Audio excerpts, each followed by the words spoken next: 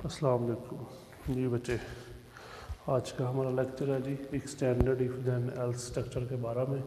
तो एक standard if then else structure में ये होता है कि हमने इससे पहले पढ़ा था इफ़, फिर हमने इफ़ देन पढ़ा। वो सादा स्ट्रक्चर थे। इफ़ में एक चॉइस होती है, इफ़ देन में दो चॉइस आ जाती है।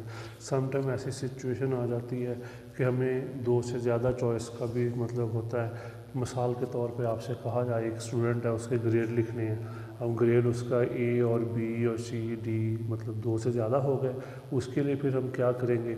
इसी तरह आपसे कहा जाए कि आपने कोई नंबर लिखना है, वो बताना है आपने कि वो पॉजिटिव है, नेगेटिव है या ज़ीरो है, मतलब दो से ज़्यादा चॉइस आ गई।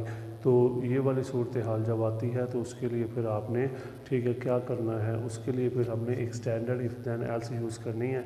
ठीक है, ये होता है कि जिसमें हमारे पास बहुत सारी कंडीशंस होती है और उसमें से हमने एक पे अमल करना होता है। तो हम उसके लिए फिर कौन सी यूज़ करेंगे, एक standard if then else structure use करेंगे। ठीक है, यहाँ पे आपको नज़र आ रहा होगा, इसका सिंटैक्स मैंने लिखा है। ठीक है, सबसे पहले देखिए ज़रा, इफ़ कंडीशन वन फिर देन है, उसके बाद स्टेटमेंट है। ठीक है, यानी पहला हिस्सा इतना हमारे पास। ठीक है, वो कहता है जी इफ़ कंडीशन देन, फिर आगे स्टेटमेंट। ठीक है, उसके बाद वो कहता है जी else if condition two then statement, फिर else if condition three then statement. ठीक है, ये इस तरह मतलब हमारे पास हो गए। ठीक है, अब फॉर एग्जांपल इनमें से किसी पे अमल नहीं होता तो लास्ट पे आपको यहाँ पे नज़र आएगा एल्स। ठीक है, तो इस पे फिर अमल होता है। ठीक है, यानी स्टैंडर्ड इफ़ देन एल्स हमने इसको वहाँ इस्तेमाल करना है जब हमारे पास बहुत सारी चॉइस होती हैं और उनमें से एक पे हमने अमल करना होता है। तो हम उसको फिर क्या कहते हैं जी, एक standard if then else structure कहते हैं। ठीक है, तो मिसाल के तौर पे आपसे कहा जाए ग्रेड है, अब जिसके नंबर 90 से ऊपर हैं तो आपने यहाँ पे कंडीशन लगाई मार्क्स ग्रेटर देन 90, उसका ग्रेड होगा ए। ठीक है, जिसके मार्क्स 80 से ज़्यादा है उसका ग्रेड होगा बी, जिसके 70 से ज़्यादा है उसका सी होगा, और जिसके 70 से बिलो होंगे वो क्या होगा, वो फेल होगा। ठीक है, ये वाली सूरत हाल के लिए हम क्या यूज़ करते हैं, एक standard if then structure use करते हैं। ठीक है, बात की समझ लगी है कि हमने इससे पहले जो पढ़े थे वो था जी हमारे पास जिसमें एक चॉइस होती थी या दो चॉइस होती थी, हम उनको इस्तेमाल कर लेते थे। ठीक है, लेकिन जब हमारे पास दो से ज़्यादा चॉइस आ जाए तो फिर हम यूज़ करते हैं एक standard if then else structure.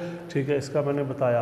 अब इसी चीज़ को अगर हम फ्लो चार्ट में देखें तो देखें ज़रा, हमारे पास सबसे पहले कंडीशन आती है, फिर आगे फ्लो स्टेटमेंट आती है। ठीक है, पहली कंडीशन चेक की जाएगी स्टेटमेंट पे। ठीक है, अमल अगर ये सही है तो इस पे अमल हो जाएगा, अगर ये फॉल्स है तो अगली स्टेटमेंट पे ठीक है हम अगली कंडीशन चेक करेंगे। ठीक है, मिसाल के तौर पे ठीक है कंडीशन वन है जी।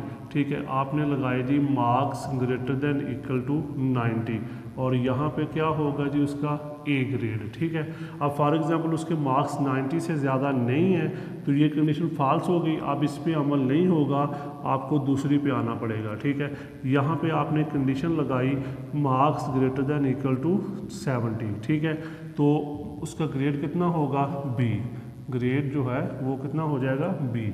फॉर एग्जांपल 70 से भी ज़्यादा नहीं है। ठीक है, तो फिर आप आ जाते हैं 50 पे। ठीक है, यानी मार्क्स जो हैं ठीक है वो ग्रेटर देन इक्वल टू 50 आ जाता है, तो इसका मतलब है अब उसका ग्रेड कौन सा है, सी है। ठीक है, सम टाइम ऐसे होता है अगर इन तीनों में से कोई भी नहीं है तो इसका मतलब है कि वो क्या है जी, फेल है। ठीक है, यानी मतलब जिस 50 से जो बिलो होगा यानी इनमें से कोई भी नहीं आ रहा तो फिर ऑटोमेटिकली वो क्या तस्वर किया जाएगा, फेल तस्वर किया जाएगा। यानी फेल पे अमल तब अमल होना है जब ये सारे क्या हो जाएंगे, फॉल्स हो जाएंगे। ठीक है, यानी बात की समझ लगी है। पहली कंडीशन चेक करेंगे ब्लॉक। ठीक है, स्टेटमेंट पे अमल होगा, अगर ये सही होती है, अगर ये गलत होती है आप दूसरे पे आ जाएंगे, दूसरा चेक करेंगे तो ये सही है, इस पे अमल नहीं तो आगे चले जाएंगे। जोन सी सही होनी है उसके कॉरस्पॉन्ड आपने स्टेटमेंट पे अमल करना है। ठीक है, कोई भी नहीं सही होती तो फिर किस पे अमल हो जाएगा, एल्स के बाद आने वाली स्टेटमेंट पे अमल हो जाएगा। ठीक है, तो वो कहता है जी स्टैंडर्ड इफ़ जो है ठीक है हम इसको इस्तेमाल करते हैं कि जब हमने बहुत सारे हमारे पास ब्लॉक्स हैं स्टेटमेंट्स के और हम उनमें से एक पे अमल करना चाह रहे हैं तो तब हम क्या यूज़ करेंगे, एक स्टैंडर्ड यूज़ करेंगे। ठीक है, इसकी वर्किंग के बारे में अगर आप बताना चाहें तो इस तरह बताएंगे कि जब हमारे the test condition in if then else with multiple alternatives are executed in a sequence until a true condition is found. ठीक है, एक तरतीब से चलता है, मतलब पहले हमने इसको चेक किया, फिर इसको चेक किया, फिर इसको चेक किया, सीक्वेंस एक तरतीब होती है इनके अंदर, चलता रहेगा जब तक वो सही कंडीशन जो है वो फाउंड नहीं हो जाती। अगर नहीं होती इनमें से कोई भी, फिर एल्स के बाद आने वाले पे अमल हो जाता है। ठीक है, if the condition is true, the block of statement following the condition is executed, the remaining block are skipped. If a condition is false, the block of statement following the condition is skipped. The statement after the last else are executed if all conditions are false. ठीक है, यानी condition अगर सारी हमारे पास ये false हो जाती हैं, फिर लास्ट में हमारे पास ऑप्शन बचती है ये वाली, इस पे अमल तब होता है जब ये सारी कंडीशन क्या हो जाएंगी, फॉल्स हो जाएंगी। ठीक है, अगर इनमें से एक भी सही हो गई तो उसके साथ वाली स्टेटमेंट पे अमल होगा, अगर इनमें से कोई भी ये सही नहीं होती तो फिर हम किस पे अमल करेंगे, जो एल्स के बाद आने वाली स्टेटमेंट है उसके ऊपर अमल करेंगे। ठीक है, वो उसका ठीक है उस सूरत में अमल होगा जब ऊपर वाली आपकी तमाम कंडीशंस जो हैं, ठीक है, वो सारी क्या हो जाती हैं, फॉल्स हो जाती हैं।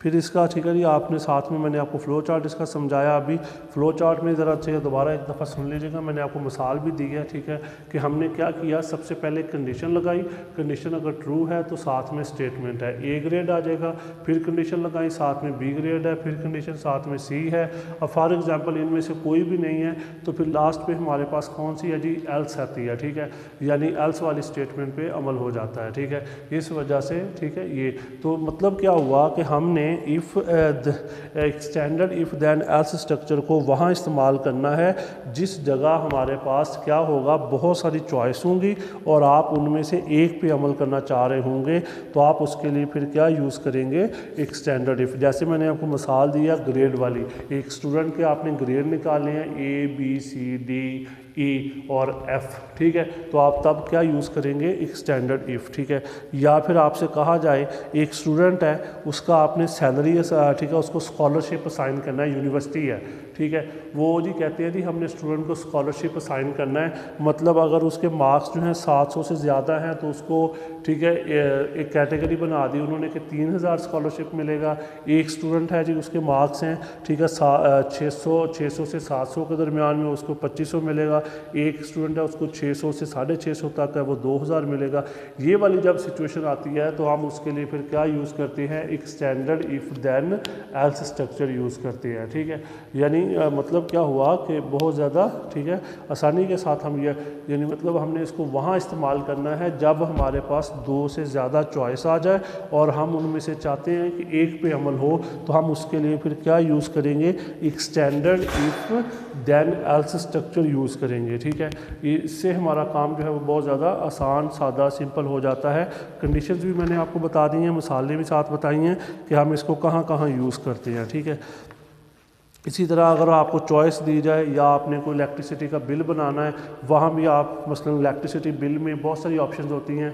मसलन एक सारफ है, एक कंज्यूमर है जी, उसके 100 ठीक है 100 यूनिट हो रहे हैं तो उसको कितना बिल आएगा। एक सारफ है उसके 200 है तो उसको कितना बिल आएगा। एक सारफ है उसको 500 है, तो वहाँ पे ज़्यादा चॉइस हो गई, तो वहाँ भी पर बिल कैलकुलेशन के लिए हम क्या यूज़ करेंगे, एक standard if then else structure का यूज़ करेंगे। ये आपको आसानी के साथ आपके मसाइल को हल कर सकता है।